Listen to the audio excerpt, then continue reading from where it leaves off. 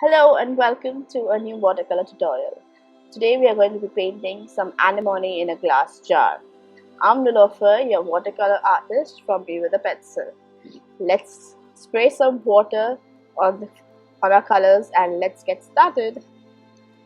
To begin with, the materials that we'll use for this watercolor tutorial is 100% cotton paper. I'm using a Po Hong. It's a Chinese 100% cotton paper. It's a fantastic paper. It's beautiful. The absorbance is very lovely. But this is an academy grade paper, like a student grade paper, but amazing.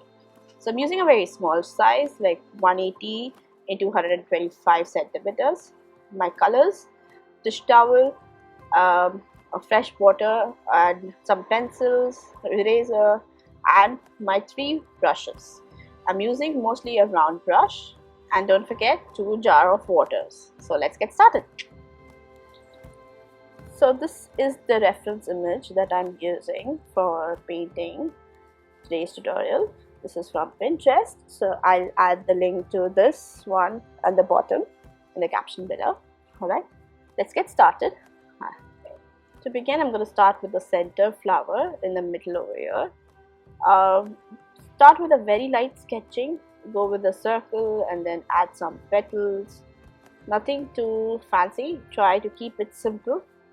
As you keep going with the flow, as you keep adding the petals, make sure that you add them in first 4 of the petals and then add more on the sides.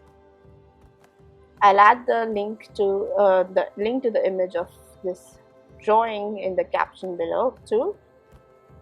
Add the leaves on the side. If you don't add the leaves, that is fine too with the sketching, because we can always make the leaves using the paints directly. Alright. Once you've done the center flower, do make your vase, the jar glass. It's important to get the sketching of the jar glass right. Also, make sure the bottom of your jar is curved. It's not a straight line. Make a oval shape inside to indicate some water, and then more flowers on the top. Just a very simple sketches. Some circles on the side to give you to block in the space where we are going to be making the flowers. Now let's get started. We'll add some water on the petals first. We'll start with painting the anemones. Also, I'll keep a paper on the side where I'll swatch all the colors that I'm using. So first I'm going to start with a mauve color or a violet for my anemones. Here, since I've added water on the petals, I'm just laying out some color. Make sure you use the wet on wet technique. So the wet on wet technique is when you apply the color and let it spread on the water. Like the base is wet and then again you are applying a fresh coat of color, fresh wet paint.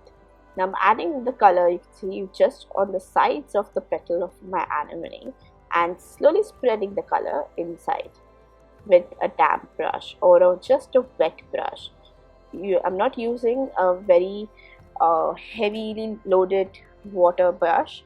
It's just a damp brush. You can see I'm wiping the excess color or the water on the sides of the tissue paper when I was blending them. Again, take in the same mauve color and apply the color on the petals that you have sketched over there on the sides up. Now again, repeat the same step. Add a little water on the petals. Only on the petals. We're just going to be working piece by piece, area by area. We're not adding the whole. We're not washing the whole sheet with water and then adding color. We are going to be working piece by piece, petal by petal. So same technique: wet on wet, wet the area, wet the base, and then apply the fresh coat of mauve, violet, or you can also mix the color to get this lovely lavender violet shade. If you don't have this color, then you can mix crimson and Persian blue or cobalt blue, or even ultramarine is okay. Do not mix cerulean blue but for this. Once you have added the base layer and the colors have already started to seep in a little, and it is still semi-dry, pick up some excess color to create some light over there. Wherever you wish to create a little light, where the light is falling down, so remove that excess of color, because we want it to look very fresh and light and beautiful petals that are reflecting light. And add just a little amount of color in the center of your petals or on the sides of the petals.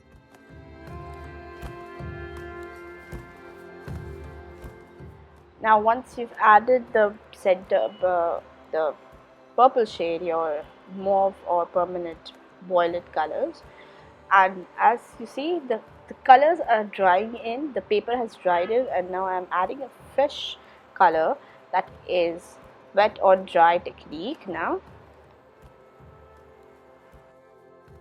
you can add a Payne's gray for the center of your anemone. Make sure you add a lovely Payne's gray, dark Payne's gray, just in the center of the anemone. Also make sure all the base has dried in properly, or else the color will run into each other, creating quite a mess and blending into each other. You would lose that lovely light that we've created from the top. Once you've added the dark color in the center, again make sure your background has dried, your petals have dried, and then just add little dots of your Payne's gray using the same Payne's gray. If you don't have a Payne's gray, then you can use a black instead. Payne's gray is a mix of black plus indigo, so the color is very saturated. The indigo color is very saturated and created into beautiful Payne's gray. This gray has a touch of a blue shade. I'm using a warm yellow, a cadmium yellow, and adding some sprinkles on the top for my other set of flowers.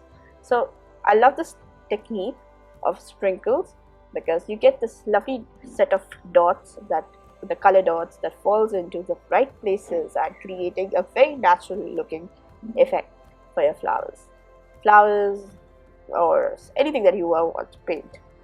Make sure when you are adding these sprinkles, use a thin brush. Do not use a very thick brush.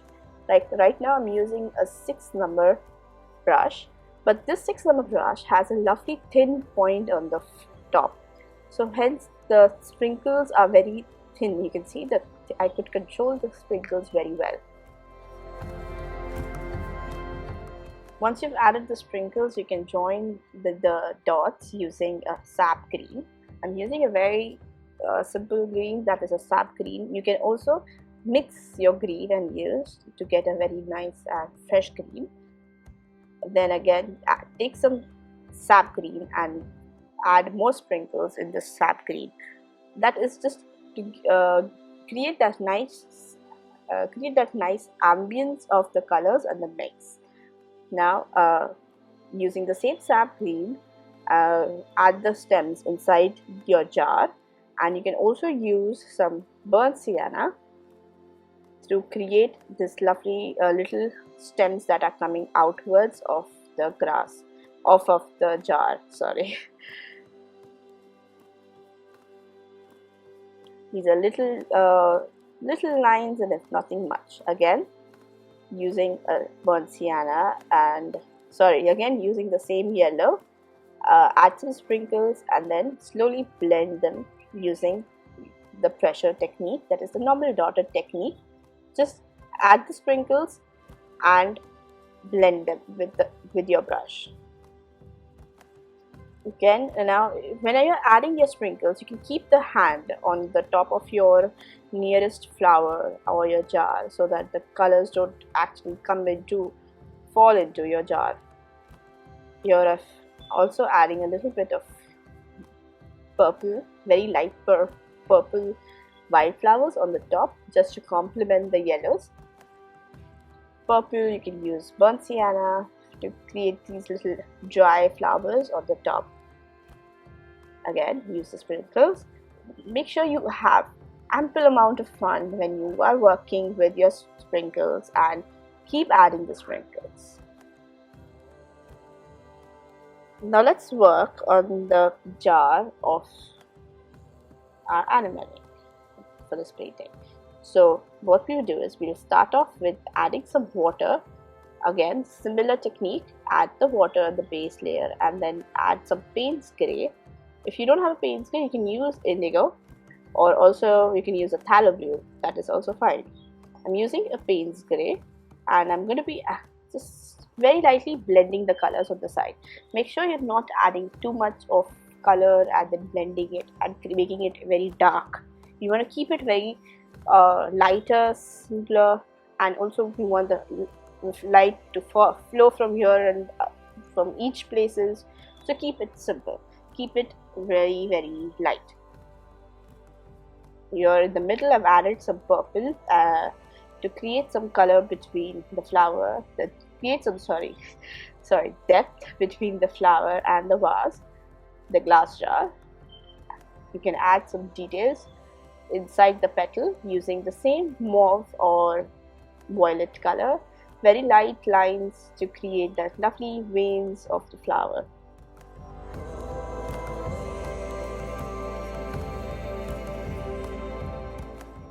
Now go on in and again wet the area and now we'll add a little bit more of Payne's Grey, very little line, a very small gentle line of Payne's Grey. Make sure you do not have too much heavy pigment when you are adding the color and these little lines. This is the line inside the water, and then also add some Payne's Grey in the bottom of your jar. Now I'm adding some green, sap green with the Payne's Grey. Now this is reflection of your green color that is falling inside the beautiful leaves that are falling inside. So add some green, and as you see there is water at the base, hence the color is exploding, the color is just running from here to there. So you have to control the color by using damp brush. Make sure you are taking a damp brush and directing the color to not to spread into different direction, just to pull the color down or on the sideways. Finally, some shadow on the base. Take some Payne's Grey again, and from the base itself add some color, and then take a damp brush and wipe across the whole space. Make sure there is no already water down there, so that it becomes easier to apply the color and then create this lovely shadow effect. Take a little thicker brush and just blend them into the white space. I hope you guys enjoyed the tutorial and had fun painting along with me, as I had fun painting this whole lovely jar of anemones. A little bit of dark strokes here and there, nothing much, just wherever you feel that you want to highlight some areas or add some shadows. And also don't forget to sign off your paintings, and proudly you can put them up on the wall. I've been using the Payne's Grey on the side. Thank you so much. I hope you guys enjoyed this tutorial, and do like, comment, share and subscribe to our channel. I'm Nilofer signing off. I'll see you in the next video. Thank you and bye-bye.